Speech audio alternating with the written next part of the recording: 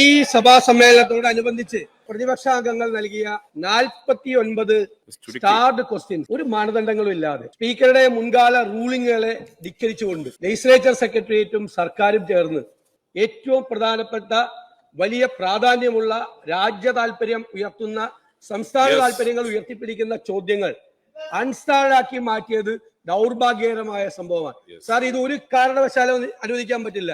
ഇത് ഈ question deny ചെയ്തത് ഇതിനകത്ത് യാതൊരു അസ്വാഭാവികതയുമില്ല.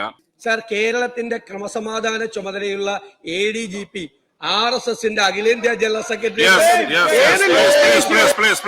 ആരാണ് ലീഡർ? ആരാണ്? ഒരുപാട് ലീഡർ ഓപ്പോസിഷന്. ആരാണ് ഓപ്പോസിഷൻ ലീഡർ? ആരാ പറ.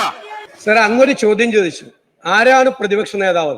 സർക്കാരിന് വേണ്ടി സർക്കാരിന്റെ താല്പര്യങ്ങൾ സംരക്ഷിച്ച് സ്പീക്കറുടെ കസേരയിൽ ഇരുന്നതിന്റെ കുറ്റബോധം കൊണ്ടാണ് അങ്ങ് എന്നോട് ചോദിച്ചത് ആരാണ് പ്രതിപക്ഷ നേതാവ്. സ്പീക്കറുടെ കസേരയിൽ ഇരുന്നുകൊണ്ട് അങ്ങ് പ്രതിപക്ഷ നേതാവ് ആരാണ് എന്ന് ചോദിച്ചത് അങ്ങയുടെ പക്വതയില്ലായ്മയായിട്ട് തെളിയിക്കുന്നത് എന്ന് പറയേണ്ടി വന്നതിൽ എനിക്ക് ദുഃഖമുണ്ട്. ഒരു സ്പീക്കറും ആ കസേരയിൽ ഇരുന്ന് ചോദിക്കാത്ത ചോദ്യമാണ് ചോദിച്ചത്. ഇവിടെ അങ്ങ് കൂട്ടുകയാണ്.